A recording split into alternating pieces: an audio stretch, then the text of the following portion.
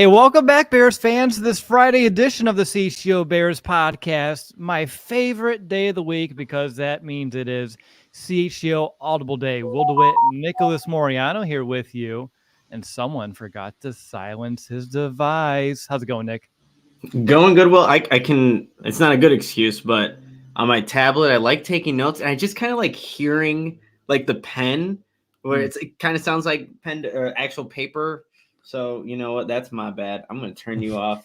No more film watching. The film watching's done. That's why we're breaking it down on this Friday episode. But that's why that was on.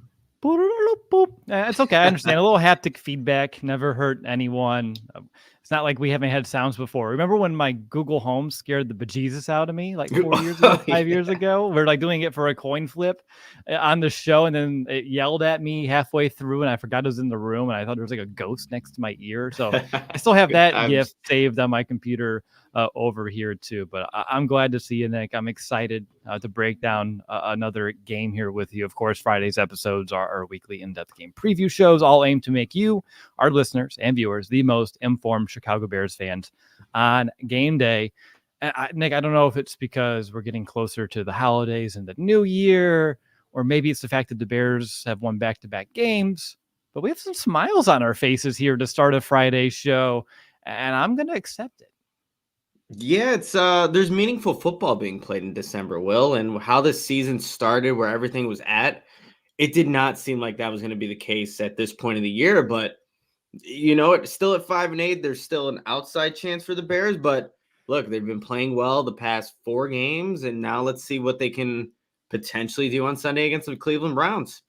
It's going to be a really good game, and I really believe so. And we're going to preview it, and I expect the excitement by the end of this episode to be, up there for everyone watching, listening, and I think you and I as well.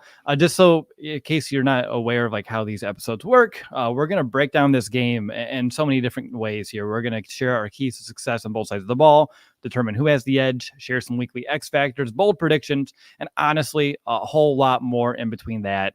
In the meantime, as we're getting this episode started, please give this video a thumbs up, a like. We would really appreciate those coming in, early and often.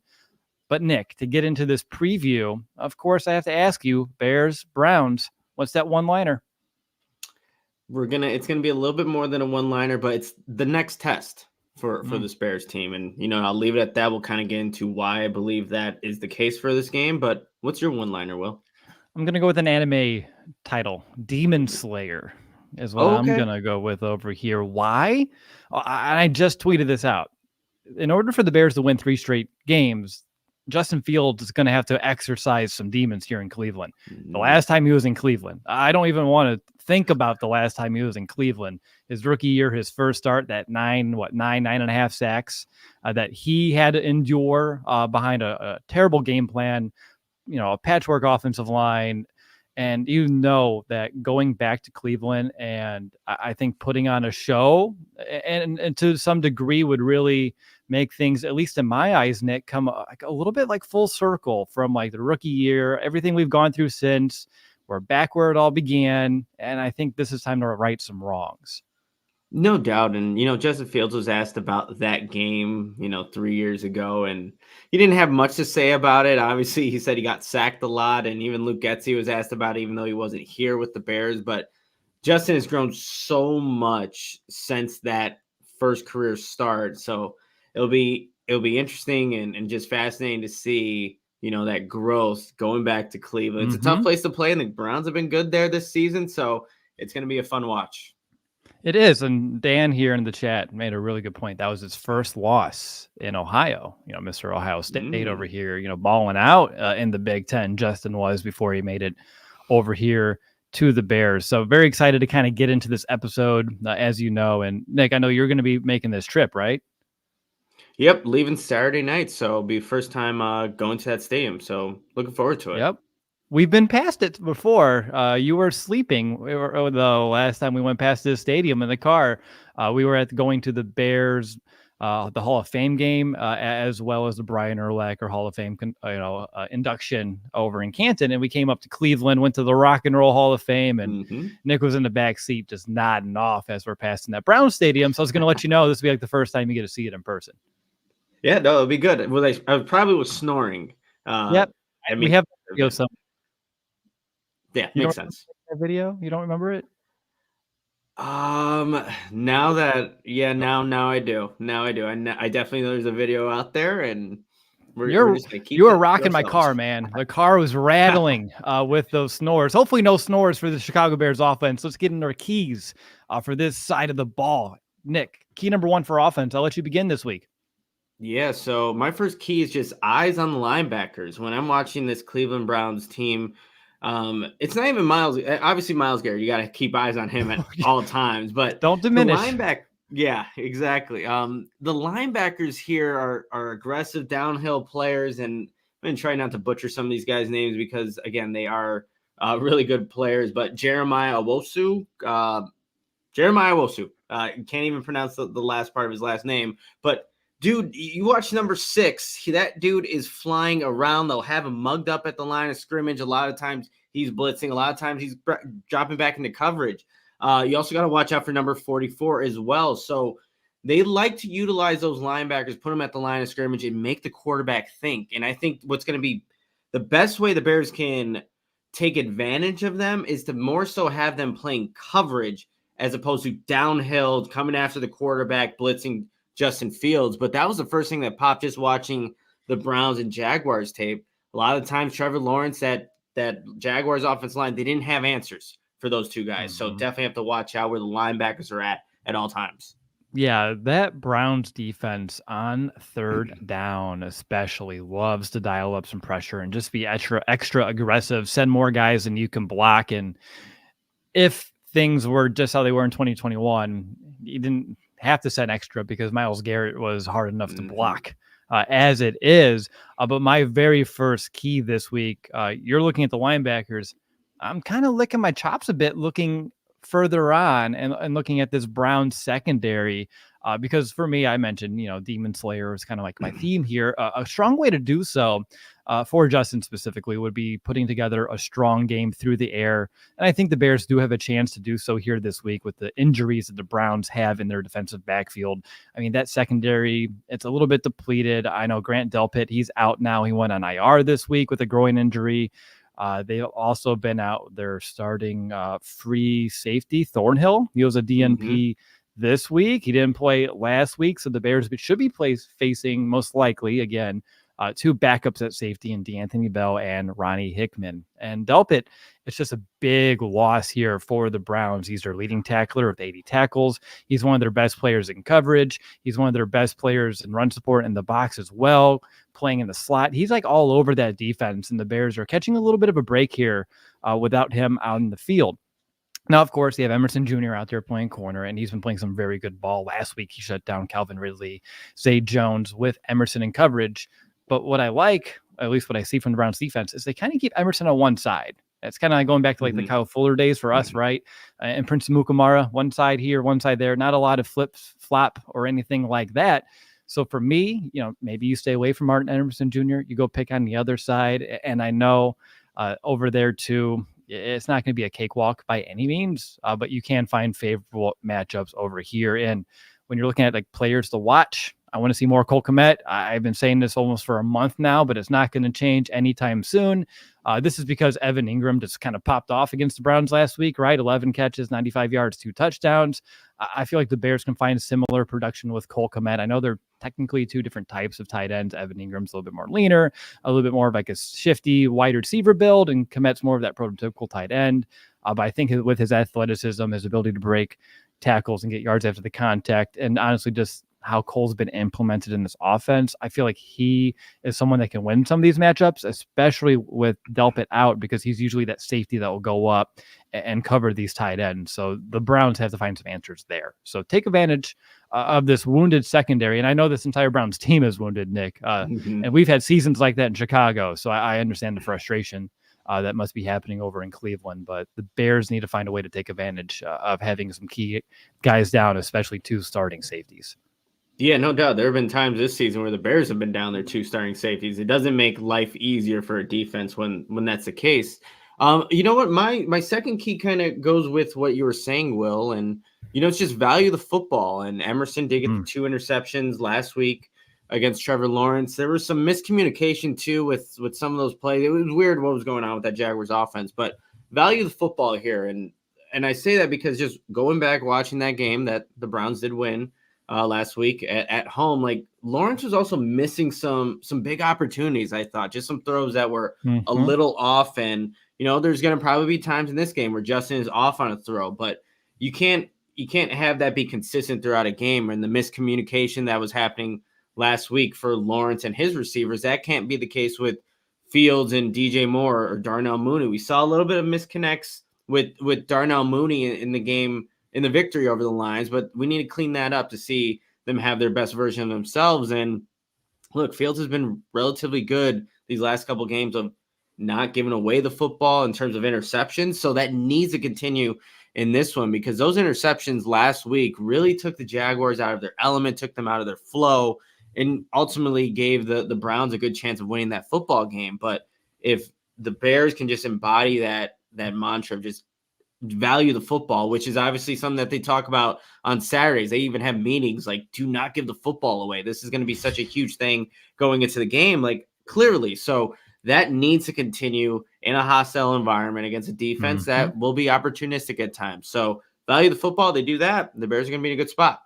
Yeah, you have to take care of this football. The Browns on the other end give the ball away more than any other team, and I'll give more information on all of that later on in the episode, but I'm right there with you. Ball security should be a priority this week, and it's going to be a big one for it. So really good key there, Nick. My second one, and I'm not overthinking this week. I'm not trying to get too cute. Sometimes you have to state the obvious because it just is so damn true. And that's why my second key, which probably should have been the first key, is contain Myles Garrett, because, I mean, the dude's a monster.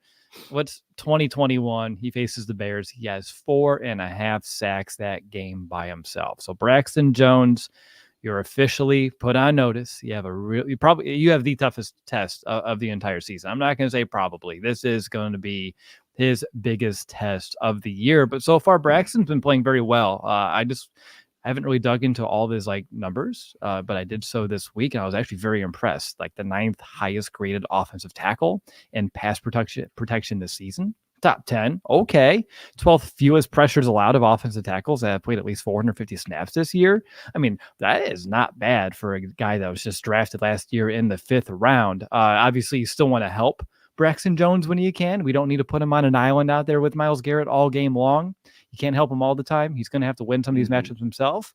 But still, this is going to be a matchup that could make or break the game. And then their other edge player too, Agbo Okoronkwo, he's also not going to be playing. So being down another starter should help the Bears put more attention, if there is such a thing, on Myles Garrett than maybe they were planning to initially here too. So for me, again, this is an obvious key. There isn't really, I don't need to go through all the data saying, Myles Garrett is PFF's highest graded pass rusher. I mean, he is 94.3, and he has a league high win rate at 25.5%. He has 58 total pressures, 11 quarterback hits, 33 hurries. Like, there's the numbers. I love numbers, but Myles Garrett sometimes just supersedes just the stats of what he can do. So for me, contain him, do your best to make him not, wreck the game like we saw a couple of years ago. Would just be the best and clearest way that I can explain this key.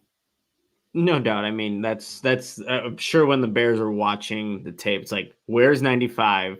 And, all eyes on him. Like, it doesn't matter where he's lined up, or even if it's just a decoy. You need to give that attention to just an all-time great right now. And Tevin Jenkins was asked in the locker room, believe this was on Wednesday, he's like, who are the best players you played against? And he mentioned Dexter Lawrence, but he's like, Myles Garrett will be the number one after, facing, because he didn't get a chance to face him in that first matchup a couple of years ago. He was injured during that game, so he didn't get that opportunity when he was a rookie. Tevin Jenkins will get that opportunity now because, like the comment earlier, Garrett will line up literally everywhere on that defensive line. Real quickly before I get into my third key, I know Gary brought up Denzel Ward dealing with that injury, but obviously a guy that you got to factor in. He's a good corner. He hasn't been as good this season as opposed to other seasons, but definitely a factor in this one. Not forgetting about him, Gary. My last key, though, when I look at these running backs, they just got to bring the full package for this game, Will. And I think that's in blitz pickup. Running on the edge, I think, could be a good way for the Bears to get yards on this Browns defense. There's just times where maybe it's Garrett looking to get that pass rush going. You can exploit that by actually running towards it when he's pinning inside. So there are a couple times, not only in the Jaguars game, but the game before that where they played the Rams in LA, where there are opportunities on the edge to kind of get those end arounds, even the jet sweeps, but also just some plays, some stretch plays to the edge. So I like that for the running backs. But I think whether it's Roschon Johnson, Deontay Foreman, it kind of seems like Khalil Herbert's been fizzled out a little bit here. They just got to bring the full package when it comes to this Browns team, because going back to the first key, those linebackers are going to blitz. You need to identify which guys are actually blitzing, pick them up, and then when it's your opportunity to run, hit those holes, get to the edge, and turn up field. Because I think the running game, the last game, it wasn't as effective, I would say, overall, but I think we need to see a little bit more of that in this game, especially with the defense they're playing against. Makes a lot of sense to me. And, when you play a team twice, especially how the Bears ran the ball on the Lions the first time, and we talked about this last week, we expected some, regression towards the norm a little bit there, but still it should be a focal point for this offense, so much so that I'm looking at my notes of watching the Browns defense, and my number one note, Nick, just so we're on the same page, was you can run on the edges against this team. So look at that. All right. So my final key for the Bears on offense, I just want them to stay true to themselves and just lean on their strengths and what makes them good. The playoffs, they're an actual possibility. I am so happy it is December 15th and I can say that. And I know it's not the most likely of outcomes. I know there's a lot of work to do between now and then, but the fact that we can still say it, considering how the season even began, to me, it puts a smile on my face. And so the Bears should not take this chance, I think, lightly. So what they need to do is whatever they can to win all of these remaining 4 games. And the best way to do this is just to be self-aware, something that, we can question at times if they have been this season. So I'm just looking for the Bears here to play their game, not the game that the Browns want them to play here on offense. Let Justin continue to run in a safe way. And obviously, we can go in the other direction of if he's going to get hit regardless and whether or not it's going to be a flag. And Nick, you did a great job on your article this week on allchgo.com, diving into all of those numbers. So if you want more information on all that, head over there and check out Nick's work there. But like you, don't abandon a run. The Bears, they have gone over 100 yards in each and every single one of their wins this season.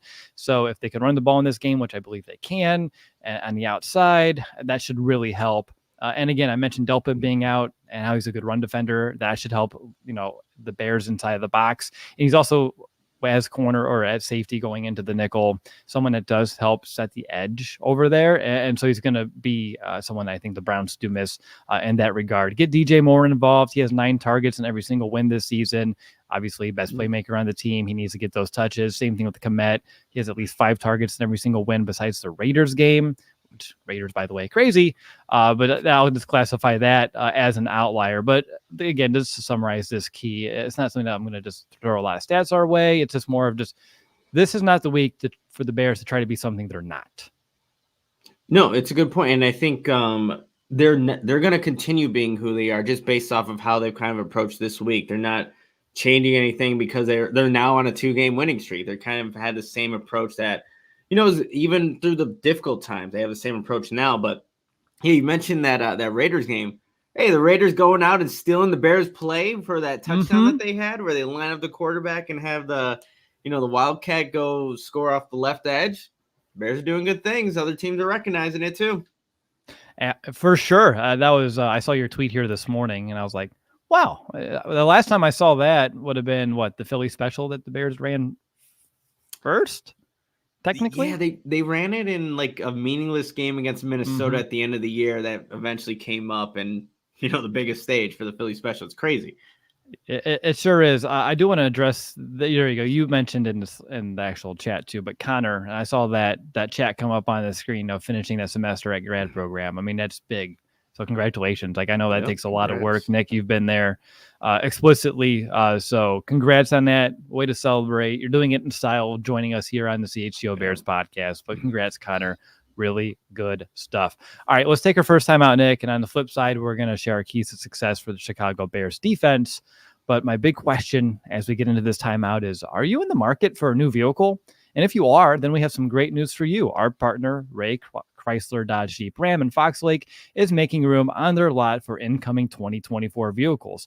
And you know what that means. You'll be able to shop incredible savings on every new vehicle in stock during their limited time wrap up this year sales event. For a limited time, get up to 15% off on new 2024 Jeep Grand Cherokees with dealer discount. At Ray CDJR, you'll always be able to shop one of Chicagoland's largest inventories and drive home with more money in your pocket than you'd expect thanks to Ray's price promise. Don't miss out. Shop great deals all month long and save big because Ray CDJR makes buying a new vehicle more affordable than ever. But that's not all. Just for listening, you can get a free oil change when you mention CHGO at their service center or mention CHGO when you book online at raycdjr/service. Hurry in. You must book before December 31st, 2023. So by the end of the year. So if you're in the market for a new vehicle, then you have to check out the team at Ray Chrysler, Dodge, Jeep, and Ram because they are the only team that we would recommend. Visit them today on Route 12 in Fox Lake. For more information, visit Ray CDJR in Fox Lake or raycdjr.com, serving the community since 1963. Boom.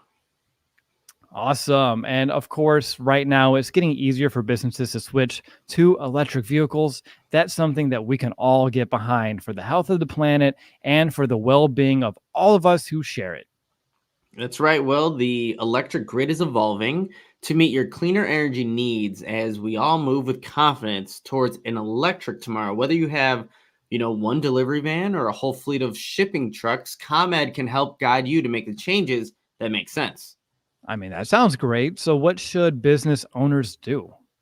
Yeah, I got you. So they can go to ComEd.com/clean to learn more about the resources, fleet rebates, and infrastructure incentives available to help businesses go electric. And if you own a business, don't wait. Start making your plan today to switch to electric vehicles. Good for business, good for the planet, good for all of us. Go to ComEd.com/clean. You know me, I have to make sure I get things down correctly. Did you say ComEd.com/clean? I sure did. Now go now and see how going electric connects us to a better way of doing business and a better future for generations to come. Awesome stuff. Of course, this is CHGO Bears Podcast. DeWitt, Nicholas Moreano here for a weekly in-depth Chicago Bears game preview episode. We shared our keys for the Bears offense. We're switching our focus over to the Bears defense right now. And I'll begin with my first key, which is bring Flacco back down to earth, a.k.a. let's get some pressure on this guy. Now, he's only played a couple of games, 5 touchdowns, 2 picks, but he's also been able to come in and kind of keep this Browns offense kind of rolling on schedule, in rhythm, and he's playing like the experienced quarterback that I would expect someone like Joe Flacco to play like after a little bit of a break, a mental break, a physical break. He's out there playing some pretty good football. Now with Yannick, now that he's done for the year, the Bears, regardless of that fact, they need to find a way to create pressure against Flacco. This season, again, small sample size, but 8 of 23 when pressured this year. That is only a completion rate of 34.8%, 1 touchdown, 1 interception. And so if the Bears can just find a way to get at him at a good clip, I feel like this Browns offense are going to struggle to move the ball through the air. And what makes it difficult is that this Browns offense loves to utilize play action. They love to get this ball out quick. And so if you're going to create pressure, it's going to have to happen, pretty darn quickly after that ball is snapped. And if they fail to get, Flacco pressured, then again, you have a highly experienced quarterback sitting back in the pocket. If that happens, he's going to play pretty well. His completion percentage this year jumps up to 62% in clean pockets, 4 touchdowns, 1 interception on those clean throws. And the Browns, beaten and battered. That's how we've been looking at them so far. They're going to be out starting tackles Jack Conklin. They're without Jedrick Willis Jr. Rookie DeWan Jones is also now out due to a knee injury that requires surgery. So on one side, we're going to get an offensive tackle too. On the other side, we're going to be facing a third-string offensive tackle. So yes, using Ngakoue hurts, but the Bears' defensive line as a unit's been playing well. It's the perfect game for Montez Sweat to dominate and make some game-changing plays himself. I know you have Myles Garrett on the other side. Show the NFL why you're also a premier pass rusher.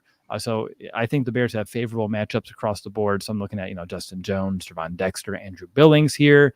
The Bears should be in a position to create pressure However, the Browns' quick pass game kind of strategy could negate that a little bit.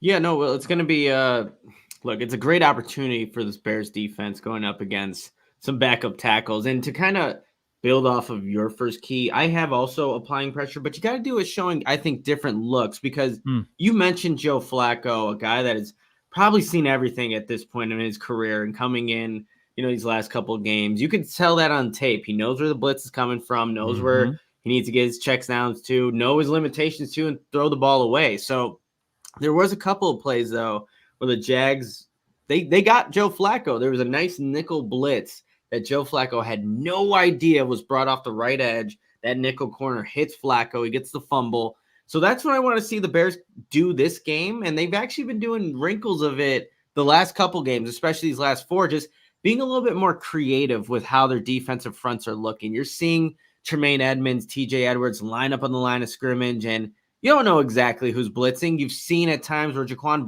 Brisker and Kyler Gordon have come off the edge. So I want to see more of that. Put more guys at the line of scrimmage. Have Joe Flacco have to identify exactly what Matty Eberflus is actually doing with his defense. And I really like the idea of having Kyler Gordon come off the edge and blitz. I think he's really good at that, takes proper angles, and can finish plays if given the opportunity. So I think that's going to be key in this one because – look, Joe Flacco's going to get the ball out quick, like you said, and he does have some playmakers in Cooper and Njoku and just some of those safety nets if the Bears do bring extra pressure. But if you do it a little bit differently, as opposed to just having Montez Sweat go off the edge, which, again, that could work every time, especially with backup tackles. But I think if you do a little bit creativity with this, I think you can get a veteran quarterback like Joe Flacco. So let's see some creativity with the pressure.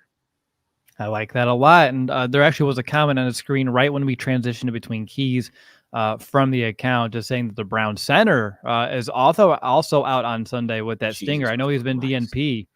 So I'm glad that, the stinger is affecting him enough that he's already labeled as, out for this game. So then you're down to only two healthy starting offensive linemen on that front five for the Browns. So another reason, you look at, Dexter, Jones, Billings here, Pickens kind of eat on the inside too. That could really play in the Bears' favor. So I'm excited to see that. It wasn't in my notes for I'm going to mention this now because I wanted to see how that injury report kind of shaped up, but that's good news for the Bears, Nick.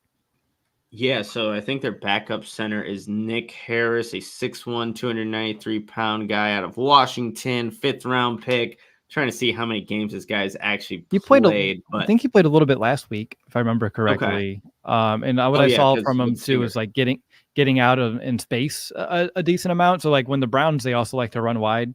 When they're trying to get out there, he's pretty agile to get into space. And I heard even at the announcing team saying they used him as the backup fullback sometimes this season too.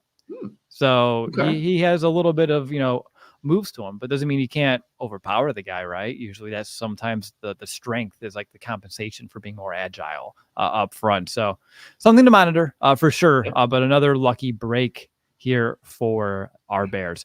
All right, let's get to my second key, which my favorite one of the entire episode. No joking around. That's right. Get it. Let's stop that tight end. But the Bears, why I have Njoku as someone I'm circling here is twofold. Number one, he's a dangerous player. And number two, I'm gaining a lot of confidence in the Bears corners' abilities to kind of stop some of these wide receivers. And we've seen it over the past month or so, shutting down St. Brown last week. Nobody popped off from Minnesota a few weeks ago. I know St. Brown did some good damage against the Bears the first time around. But so I will mention that. But even going a week further with Adam Thielen, who's playing really good football at the time, the Bears did a good job of making his impact pretty modest here too. So Amari Cooper, who's only catching 50% of his targets, Elijah Moore, yes, he's capable, but he's not really on my radar of someone who can break this game for the Bears. That's why my attention's really on David Njoku here. He has the most catches on the team with 59, 600 yards. He also leads the team with 4 touchdowns through the air receiving, 2 of which came last week. He has had 8 or more targets every single week, besides 2 since week 5. So he's going to be a focal point of this offense. He's going to see this football a ton. They use him all over. He's in the slot. They're running screens with him. You're just going to see a lot of David Njoku here on Sunday. Last week, 6 of 8, 91 yards, 2 touchdowns. He's like the life force of that offense. He's hard to bring down. He has a really good stiff arm. So the Bears need to bring a little bit of that physicality back his way, or else they're going to have a real tough time keeping this Browns offense. I mean, from moving the chains and also out of the end zone here too. So the Bears over the past few weeks, I thought they've done a great job of limiting tight end Sam Laporta. We shut him down twice, Nick. We shut that very promising rookie tight end down twice. TJ Hawkinson had good production, but it wasn't backbreaking production over there from Minnesota. So I want to see the Bears continue to find ways to limit the tight end, and I think it's very important this week with Njoku. Really quick nugget. I asked Jack Sanborn about his 4th and 1 play that he made against the Lions, and they had Laporta block him, and then they also had the pulling guard come up and try to block him, and he beat both those. And I'm like, how good did it feel to not only one make that play, but it was Wisconsin over Iowa crime there. Like you made Laporta look fun, and he's like, I'm not gonna lie, I felt pretty good. I'm like, yeah, I'll give you that one, Jack. But no, great play, and no, they've done a really good job with the tight ends. I'm going backwards with my keys because you're setting me up so perfectly, Will. Love it. My third key, which I'm mentioning second, is just limit the yards after the catch. And Njoku was the guy that I was watching. And you mentioned that stiff arm, like even if it's just a short play, like he is a big physical guy.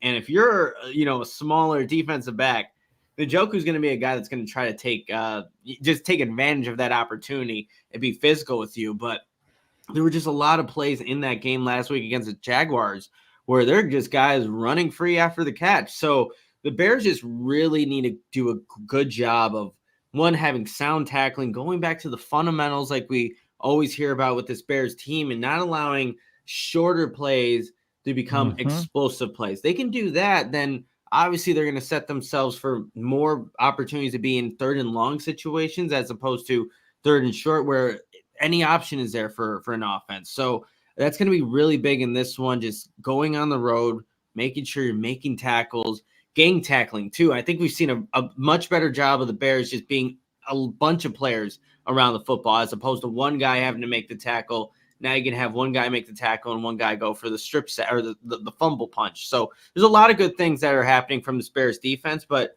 a lot of guys too are always just saying like it's because we're still believing in that hits principle. You hustle, the intensity, all that stuff, to where there's not just one, there's many guys there and they're making plays. So but to go back to what this key is, limit yards after the catch. Do that, you'll be in a good spot. Just letting you know, I shouldn't give you any tips, but next time we play Madden, if we're playing the newer one, you just hold L1 as you're making a tackle, and it sends everyone else to converge on the ball carrier. It's pretty cool. A little gang tackling action here. So that's what the Bears should be doing here this week. My final key is very similar to that, but I'll take it in a little bit of a different direction, which is to attack this offense. So like I put attack as my last key here. I want to see this Bears defense fly to the ball, nothing easy, literally put nothing after contact, see ball, get ball sort of mentality here this week. I mentioned they love to run wide. They love to run to the outsides here too. They really heavy into that play action, the quick passing game off of the play action, some of those rub routes with some of those twin wide receiver sets too. So there's going to be a big need for the Bears to remain aggressive and just to be attacking downhill against this Browns offense here too. Got to limit that yak, as you said. But for the Bears, if they miss tackles or if they can't close quickly after some of these catches in the flats, I mean, we've seen it before. It's long, sustained drives. A lot of the time get shoot off the clock. And this Bears team usually would end up giving points to the other team. But what we've seen over the past month is this Bears defense's ability to be a little bit more aggressive, especially making some of these tackles that we saw miss earlier this season. So we just need to see more of that here this week. It goes back to, I think you've said it a few times this year, like the fundamentals, just tackle. Sometimes we just have to do that. Sometimes that's what it comes down to, Will. And so let's hope that the Bears can utilize those fundamentals in this game. My last key here is actually probably a fundamental here, is just communicate. And I say that because if you go watch the Browns game against the Jaguars, yes, they put up a bunch of points. You probably look at Joe Flacco's stats, looking pretty good against that Jaguars defense. But there's also 3 of those touchdowns where nobody, and I mean nobody's around. Njoku for 2 of them. and then one was in the middle of the field. I forget exactly which Browns player scored the touchdown, but it was a breakdown in communication. They had a trip set to the right, and for whatever reason, the wide receiver just came open in the middle of the field and literally he could have walked down the middle of the field and scored. But those things have not been happening with this Bears defense. And you go back to the first sack of the game against Detroit, you watch how Tyreek Stevenson, Kyler Gordon, Jalen Johnson maneuver through the routes and pass guys off. That's art. That's art to me and you, Will, just seeing that kind of being executed like that. And the Bears, they haven't had those coverage breakdowns. And again, I think it goes to having the continuity in the secondary and just being, overall just playing better football at this point of the year. So if they can communicate well and limit those types of huge play breakdowns that the Jaguars couldn't, and I keep saying this after every key, the Bears are going to be in a really good spot on defense to really limit what the Browns want to do offensively. So communication, keep that up in this game. They'll be in a good spot. A couple questions before we move on. One, if Brisker is unable to go, I know he's been, dealing with some stuff here this week, and how the Browns like to operate and our keys. I know I'm throwing a lot at you here, but how confident are you that the Bears could overcome Brisker being off of the field and still be successful enough on defense to win this game? I mean, the dude had 6,000 tackles last week. Yeah, no, I mean, Brisker's presence is it's hard to replicate. And if you're Elijah Hicks, it's going to be tough to have the confidence that he's going to make all the plays that Brisker can. He's also just been in good spots defensively. He knows he should have had an interception in that game against the Lions, but I think they obviously can still manage, but you won't have that force that Brisker throws his body in there. It's not that he doesn't care. It's just that's how he plays. So it definitely would be a loss for the Bears. And I guess we'll have to wait and see what the injury report says, but he's still dealing with that groin injury. So it would be a blow, but given how well this defense has been playing, someone's just going to have to step up. And that means maybe you have to get your pressure, even a second faster than you would, because you don't have a guy like Brisker there, like Elijah Hicks. You need to be in your lane. Just do your job. More than anything, do your job and don't do too much. But it would be a loss, no doubt, because Brisker, he's a force, and he is literally everywhere. 17 tackles is no joke. So I guess we'll just have to wait and see what his status is. Yeah, and Leon asked who would it be, and you mentioned a couple times that would be Elijah Hicks out there if Brisker's unable to go. And yeah, I know he had all those tackles. That's who took him away from TJ Edwards, and that's why I lost that parlay that I sent you over the weekend. That would have been a nice payout. One leg. It's always that final leg too of the parlay. Yeah, I was like, why? Who's getting these tackles? And then of course, Brisker's. And it's only like single solo tackles, right? It's not the combo. It's not. I don't think assist. it's like total. That's a tough one, Will. That was okay. A tough one. It's okay. we don't have to dive into all of that, but damn, to say the least. All right, let's take our second time out now, and I hope you enjoyed our keys to success for the Chicago Bears defense. Nick, I'll hand it over to you here first. You have to tell everybody about Midtown Athletic Club. I ffeel like everybody at CHGO is stopping by there at this point. But they have 4 Chicagoland locations: Palatine in the northwest suburbs, you have Bannockburn in the North Shore, Willowbrook in the southwest suburbs, and the Midtown Athletic Club and Hotel in the middle of Bucktown and Lincoln Park. But Midtown and Palatine, actually, you guys, has launched a multi-million-dollar transformation of the club, which will be complete in early 2024. Listeners can actually lock in favorable rates if they join before the end of the year, so you still have time for that.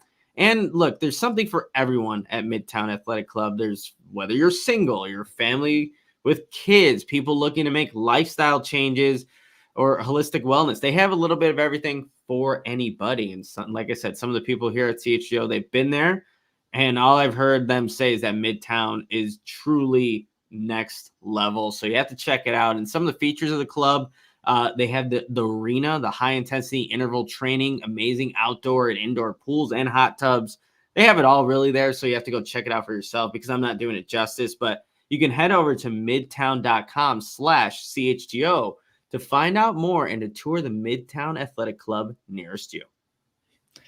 All right. With Empire today, you get shop at home convenience, the right product for your needs, quick and professional installation, and a low price guarantee.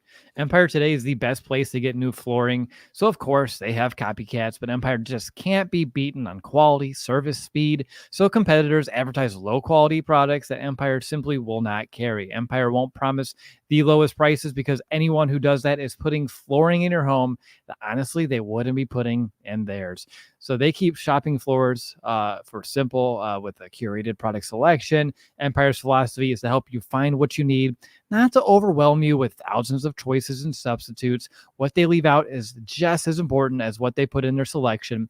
Empire's product team exhaustively combs through thousands of product samples each and every year to find the perfect styles. Shopping for floors at a big box store, that can be frustrating. You might talk to someone today who was just literally working in plumbing yesterday. Flooring is all Empire Today does. They live and breathe flooring, so you can be confident that you're getting honest, upfront advice. They also service their own warranties. So if an issue does arise, just call Empire and they service those warranties themselves. You won't have to track down a manufacturer's phone number or anything like that. So schedule a free in-home estimate today. All listeners can receive $350 off when they use promo code CHGO. Restrictions do apply. See empiretoday.com/CHGO for details. All right, we're going right through this game preview episode. Peanut says, hey, punch that like button right now. Help this number go up throughout the episode. We do appreciate it. And hey, a little peanut punch to the like button. Never hurt anybody. Heck, maybe you would fumble a little bit if you didn't do it. All right, let's go ahead and get into our X Factors for the week. And Nick, I'm going to pass it over to you. What is your X Factor this week? I'm excited to see which direction you take it. Yeah, so my X Factor is any pressure the Bears can generate outside of Montez Sweat. And I say that because obviously with Yannick Ngakoue going out, people are going to have to step up. And when Matt Eberflus was asked about Yannick going down, who's kind of the guys that are going to step up, you know, the first person he mentioned was Dominique Robinson. I don't even know if he's been officially activated to the 53 at this point. But also, it's got to be DeMarcus Walker, and that's the guy that I look to. That was the guy that, you know, he's the first one they signed. Like, this is going to be the versatile defensive lineman that generates pressure for the Bears. It hasn't really worked out to that extent at this point, but now there's going to be more on his shoulders, especially rushing outside. But, you know, then Eberflus also mentioned, well, Javon's going to get more reps. Zach Pickett's going to get more reps. Everybody and their grandmother is going to get more reps. But we just need to see where this pressure is going to come from. And I talked about earlier, if they want to be creative with it, that works as well. But you do need to see some of these other guys on the defensive line win those one-on-one matchups, step up in place of Ngakoue.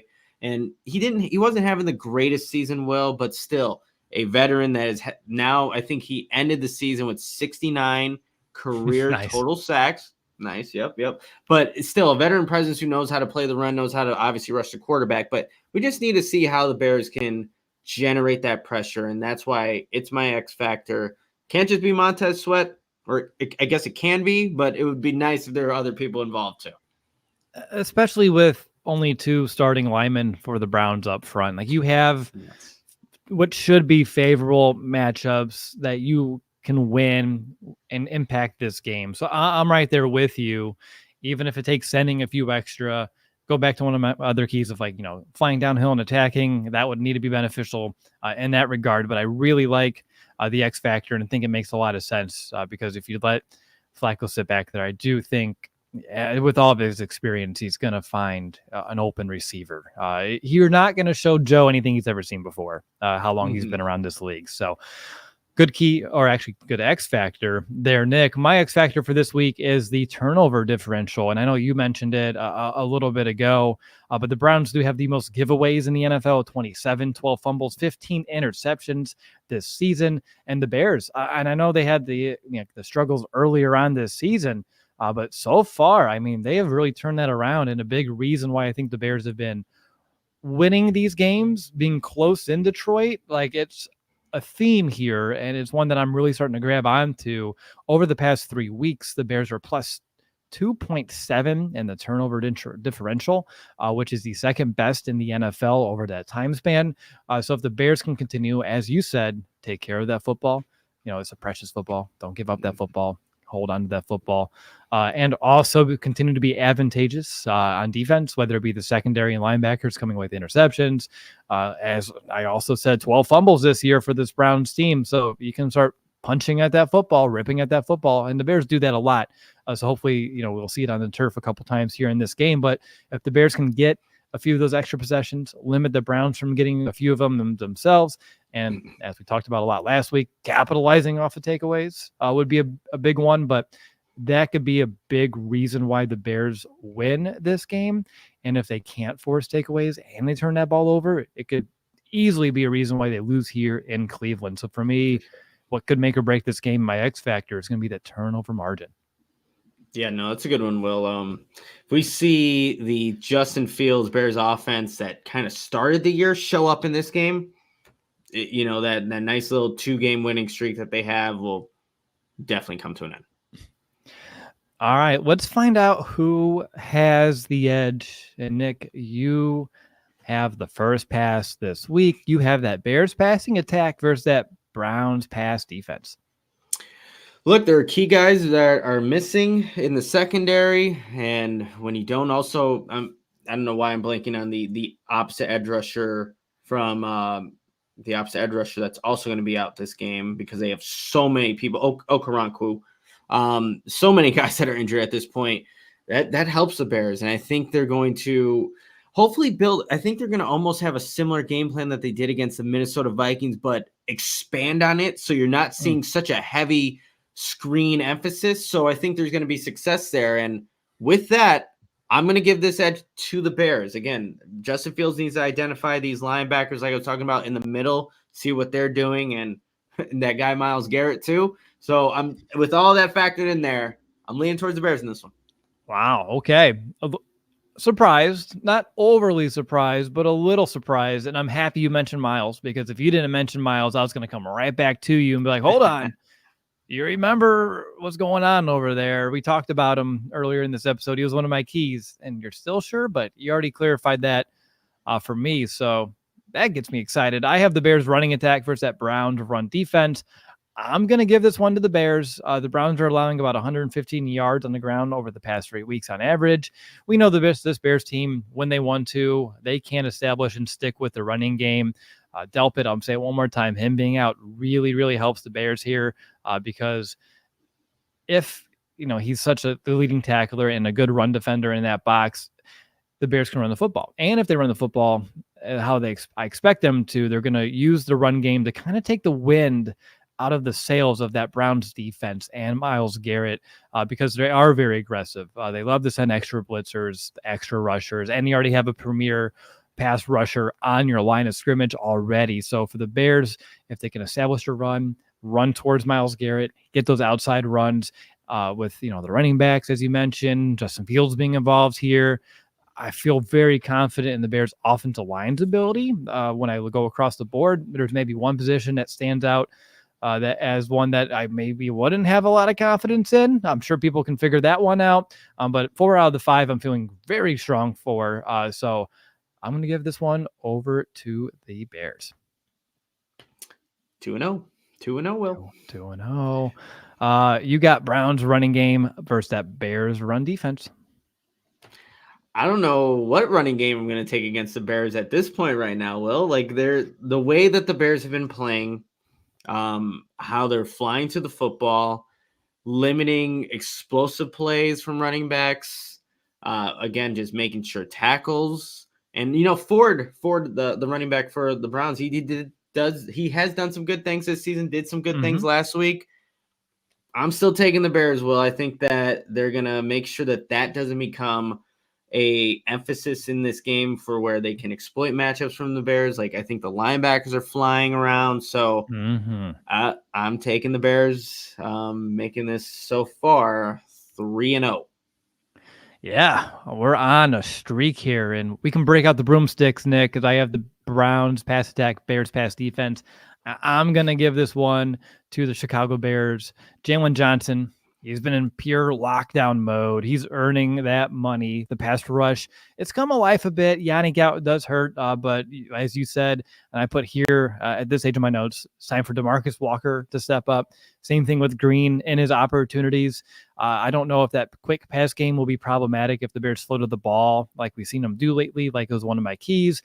When you're looking at just some fun stats here, Tyreek and Jalen Johnson have allowed about 50% completion rate right now when they're targeted since week 10. That's pretty damn good. And since week 10, when you combine the yards allowed from your two starting cornerbacks on the outside, you're still less than 100 total yards receiving surrendered. So that's a pretty strong number right there too. So, and don't forget, Kyler Gordon's playing very strong in the slot. Of course, Brisker being out could be a blow, but I still think the Bears should have enough. So that is a clean sweep for the Bears, Nick. Who would have thought? What did we do last week, Will, for the last game against the Lions? It was 3-1. I gave the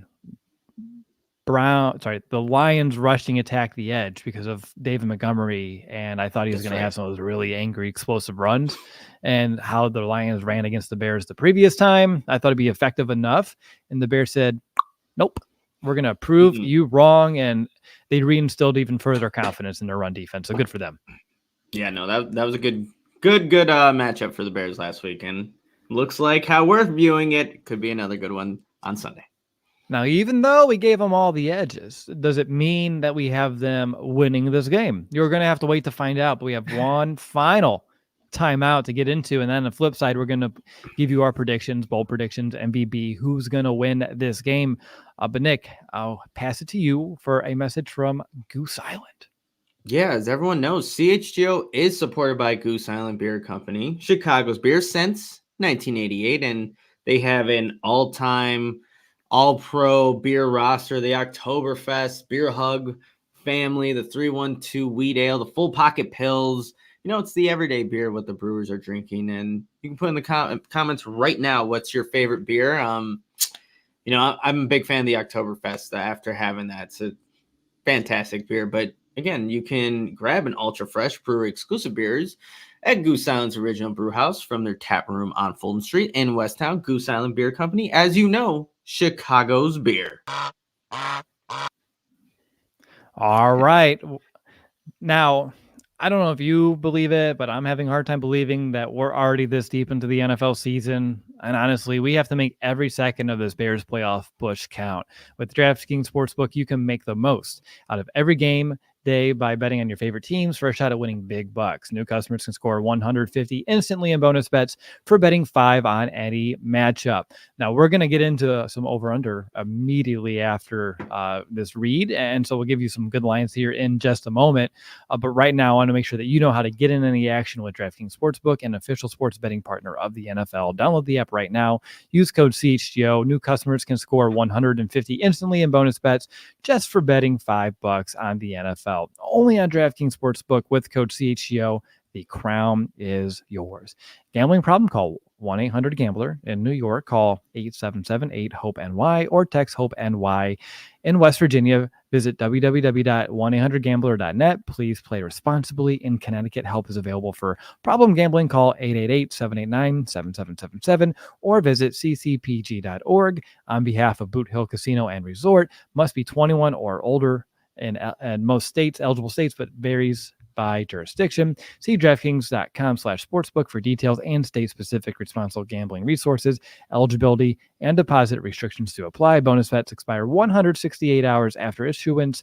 Terms at sportsbook.draftkings.com/football terms.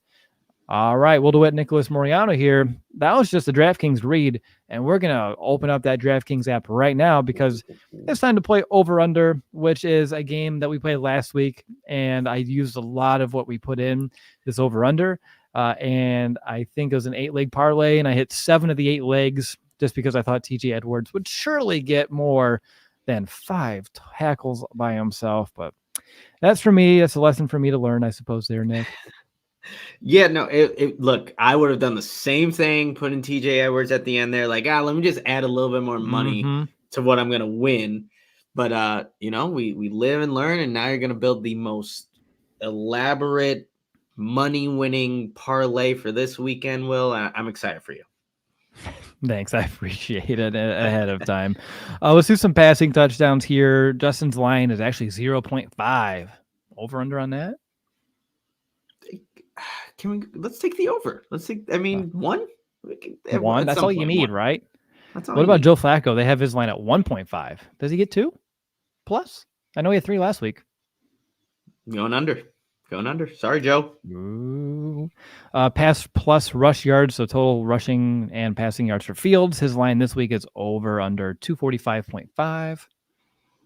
I was thinking around like 230. But because I'm feeling optimistic, I will go with the over on this one. What about Amari Cooper at over under 55.5?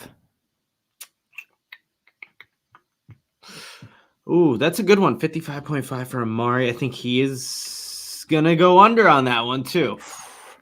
David Njoku, over under 41.5.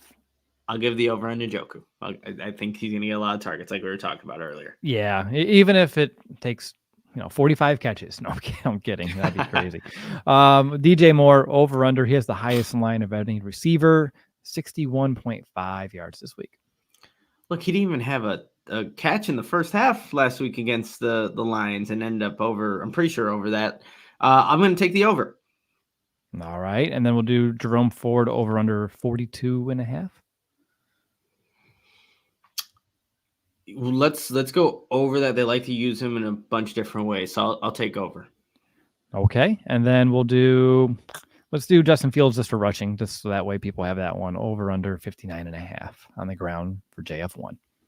I think there's going to be opportunities, Will, if they blitz. I obviously didn't have as much last week, but I can see him going over 59.5. All right. Well, that's going to do it for over under. Hopefully you're playing along at home. I saw everyone here in the chat that was playing. So I really appreciate the participation over here on our Friday afternoon. It's time to get into the prediction segment of our episode. And we always begin these with a bang and our Bears bold predictions. I have a defending player. I don't know why I said it that way. A defensive player for my bold prediction. Which side of the ball did you go on before we kind of start this off? Bold. Well, technically I have 2, Will. You did your 2? I did my 2. Weird. Yeah. Wow. I did my 1 this week. I underachieved because you know how I go on this one. I didn't go like super, and I can't wait to hear all your imagery, by the way, of how this is going to shake out. But mine is a make good game by my guy, TJ Edwards, because he owes me one. So I'm going to say he gets 10 plus tackles, 1 interception, 1 forced fumble on the day. So big day for TJ Edwards incoming. Nick, what are your bold predictions for this game? Yeah, so my first one deals with Justin Fields, and there's been a lot of talk about the lack of roughing the passer calls, unnecessary roughness penalties. It's all documented. Today I'm saying that on Sunday, he's going to get one of those calls finally. Hasn't gotten one all season long, so let's see after one of these Browns defenders tries to do a little bit extra. Tevin Jenkins will have words with him afterwards, but also that yellow flag will finally be thrown in Justin Fields' favor. That's my offensive bold prediction. But defense, I have Kyler Gordon getting a strip sack fumble, returning it for a score off of Joe Flacco. So just comes off that right edge again. There Joe's like, it won't do it again. Just beeline right to Joe Flacco, looking left. Amari Cooper doesn't get open because Jalen Johnson's on him, and bam, hits him. Then he's going to scoop it up and do a little Spider-Man kind of celebration into the end zone. And yeah, that's the bold predictions for this week. I mean, I love them, by the way, but that was like an easy one for Kyler to, of course, if he's going to force a fumble, he's going to pick it up and run and score because of Kyler Gordon. He has the webs, right? So he can just run past the ball, fling the web and suck it back up to his grip and then just carry on, or maybe he can sling the football like the actual Spider-Man video game style. And just, that's right. That'd be a lot of fun there. But that's a really good bold prediction there, Nick. Let's get into our MVBs, our most valuable Bears. Not the MVB on, was that the State Farm commercials I'm noticing now? Is that where they're taking it? Have you seen those yet? Yeah, I have. I'm like, where's our money at? Like this has definitely been a staple here on our show, Will. Like, come on. Years. Now. Yeah. Patrick. most valuable. I was like, really? Like that's our terminology. Regardless, I'll go first here for the MVP. And I've had a real busy week with a lot of other work. So I did my keys and my picks for this earlier in the week, and I had Jaquan Brisker originally down for my MVP. And I will say, if he's healthy to play, I would still say he's a strong candidate to be the most valuable Bear here in this game. But since I'm unsure, I'm going to give an alternate MVP for this game, and I'll go offense this time, and that's going to be DJ Moore. And I know he has some tough matchups out there, especially with Emerson. You have Greg Newsome out there, and that's not going to be a cakewalk.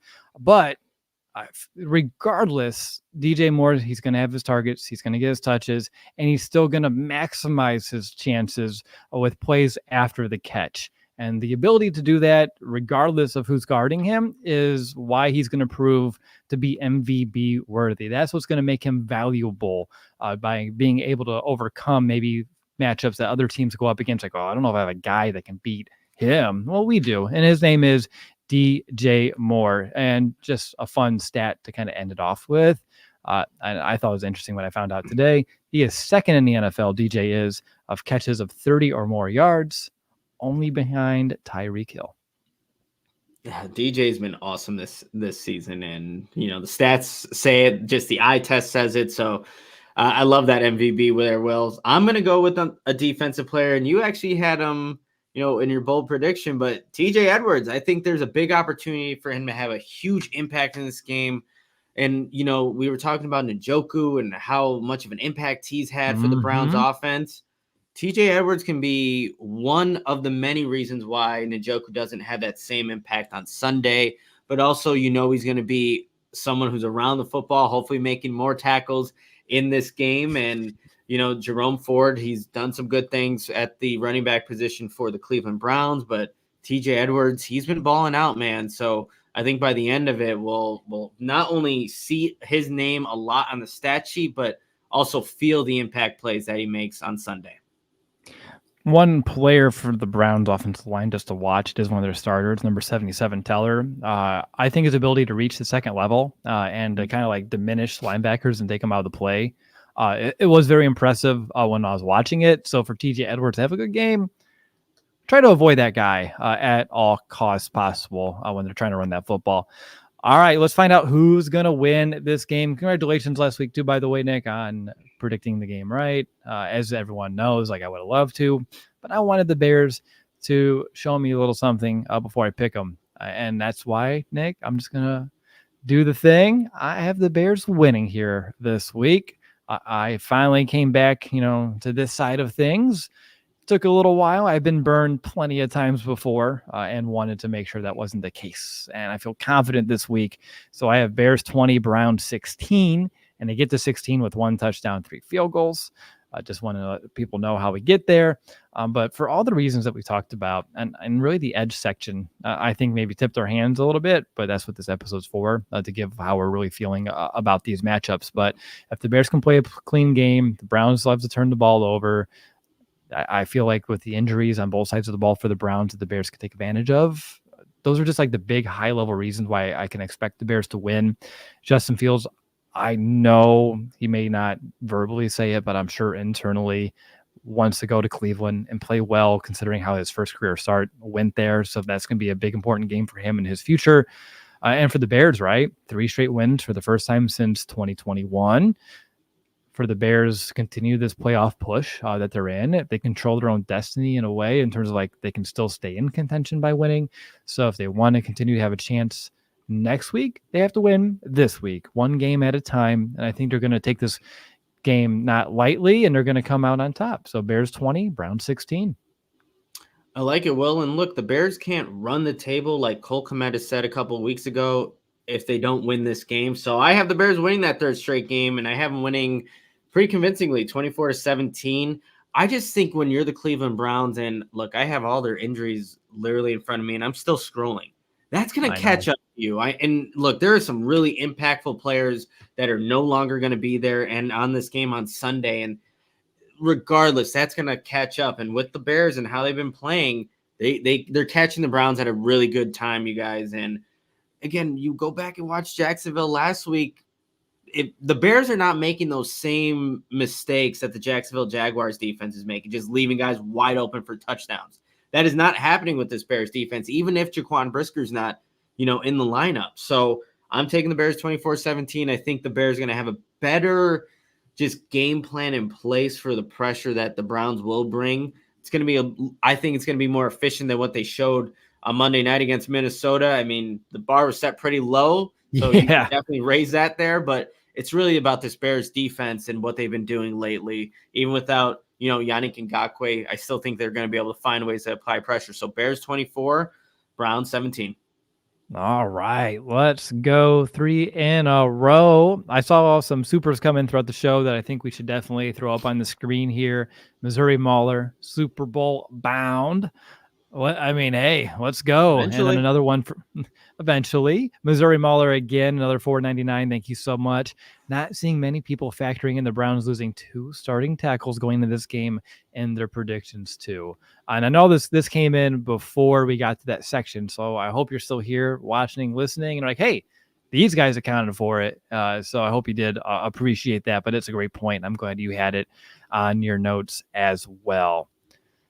And then, Nick, this one came from Gary. I don't know if you answered it in the chat, but he wants to know why the Bears won't put St. Brown on IR with a torn pec.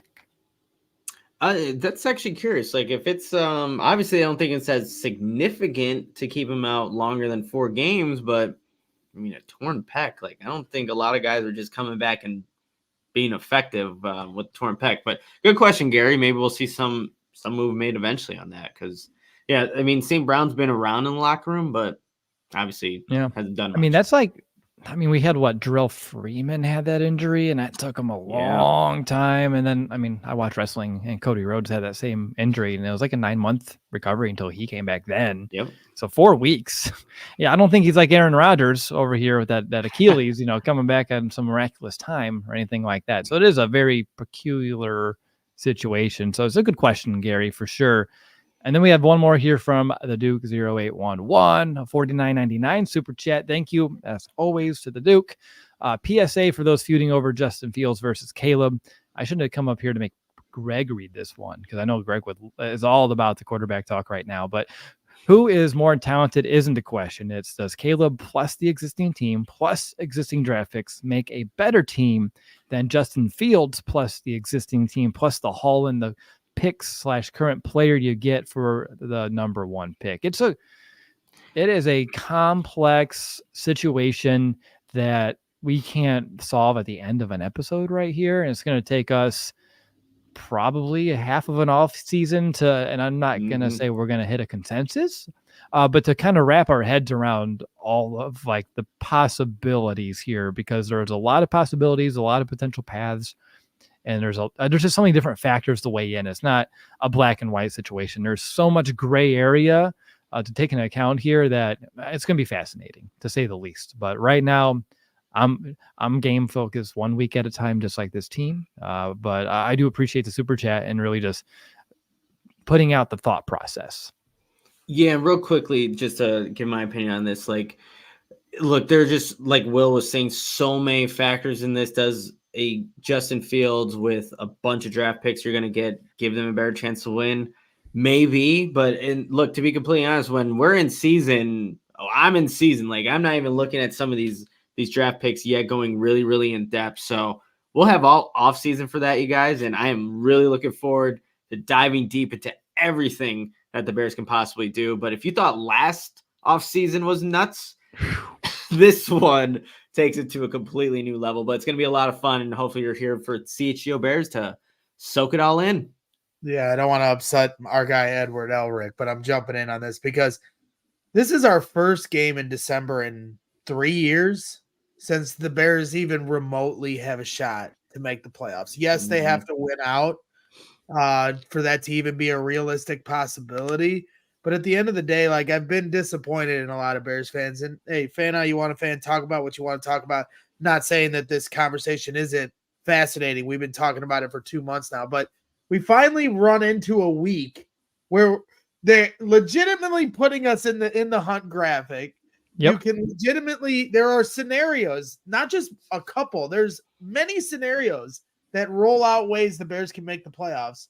And this week, all we want to talk about still is the quarterback dilemma that Ryan Poles faces. We will get to that conversation. I just wish I would encourage Bears fans to embrace the game on Sunday. That's why this show today has been refreshing to hear the breakdown of how the Bears are going to beat the Browns and then have 2 home games here coming up against the Falcons and the Cardinals, 2 teams that are dome teams coming to the cold. This sets up nicely here in December for the Bears. And let's push the quarterback talk to the side. It'll be there. It's not going anywhere. So, I appreciate you guys breaking down the game today. Now I'll go back in my hole. Well, I appreciate the kind words there, Greg.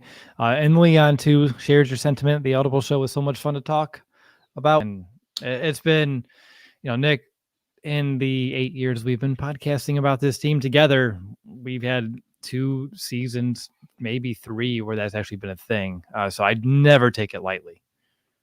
No, we can't, especially with this team, because winning doesn't happen very often. Hopefully that changes. And when December football matters, we're going to be just devoted to that season until it plays out. So that's what you're getting here at CHGO Bears. So again, tune in, hit that subscribe button, give us likes, and enjoy the ride. Speaking of all the fun things, what's your confidence meter? I forgot to ask. And that's so yeah, I think the Bears win, like I said, 24-17. I'm putting it like a 6.9.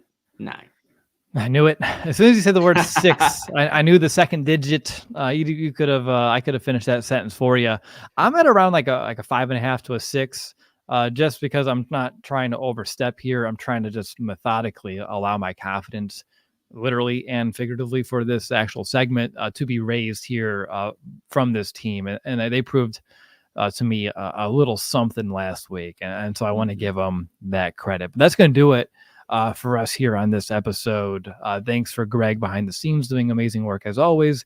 Nick, I appreciate the time that you put into your prep for these episodes. I know it takes, a lot of effort, a lot of, dedication. And it comes through throughout the show. Safe travels to Cleveland. Enjoy looking at the stadium for the first time. Don't sleep on the way. Don't snore and scare your Uber driver or however you're going to get to that stadium.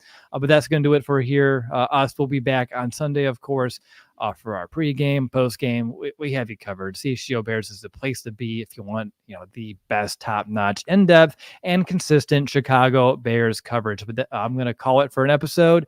We'll see you on Sunday. Until then, bear down, Chicago. We all silly like the mayor.